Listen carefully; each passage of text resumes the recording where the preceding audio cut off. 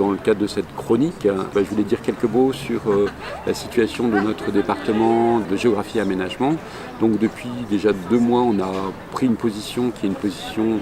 contre la loi ORE et le dispositif Parcoursup. Nous considérons que c'est un dispositif de tri social, injuste et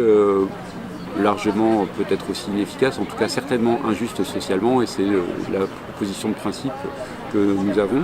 Et la deuxième chose, c'est, alors ça c'est plus particulier, nous faisons partie de ce qu'on a surnommé des départements qui ne sont pas en tension, c'est-à-dire on a un nombre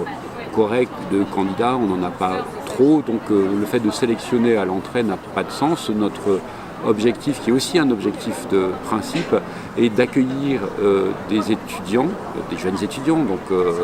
qui étaient lycéens un peu de temps avant, et de les accompagner vers la réussite, vers une orientation, parfois vers un autre chemin si ça ne leur correspond pas. Et nous, le fait de trier en amont, en plus sur des informations qui sont des informations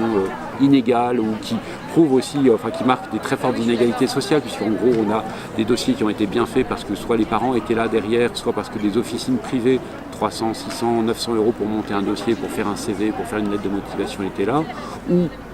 ces mêmes parents ou officines n'étaient pas là, et ça donne déjà une très grande disparité, première chose. Et deuxième chose, selon les situations, certains lycées se sont opposés aussi à Parcoursup, donc certains collègues ont refusé de remplir,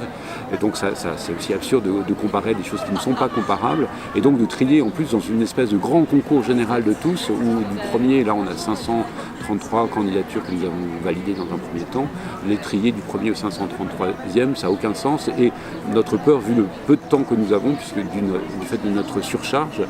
c'est au fond de faire des espèces de petits bidouillages. Là par exemple, ce qu'on pourrait faire assez facilement, effectivement, c'est, on a le droit, c'est même comme ça que font la plupart des collègues, c'est ce qu'on appelle des algorithmes locaux. À partir d'une ou deux données, par exemple la moyenne en histoire-géographie, on pourrait trier nos candidats, dire voilà, jusqu'à 12,8 on prend, et en dessous, tant pis, c'est l'enfer de la relégation et du rejet. Donc on refuse ça. Du fait qu'on n'a pas trop de candidats, on a 533 candidats pour 58 places, on demande l'ouverture de la donnée d'appel. Ça veut dire que,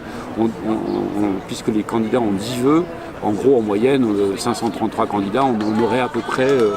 53 ou 60 qui viendraient, donc ça correspond à peu près à notre effectif. On doit donc d'ouvrir à tous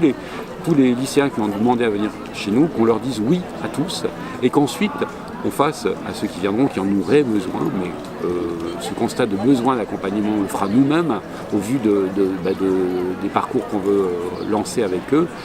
effectivement des formes de tutorat, mais ça une fois la rentrée faite. Et donc neutraliser Parcoursup, c'est notre demande qu'on a formulée auprès de la présidence depuis déjà 2 mois, et on trouve absurde de devoir appliquer quelque chose qui ne sert à rien, qui est injuste, et qui en plus nous prend un temps précieux, là où on n'a pas de temps, où là on travaille le dimanche, là on travaille sur nos vacances, et voilà.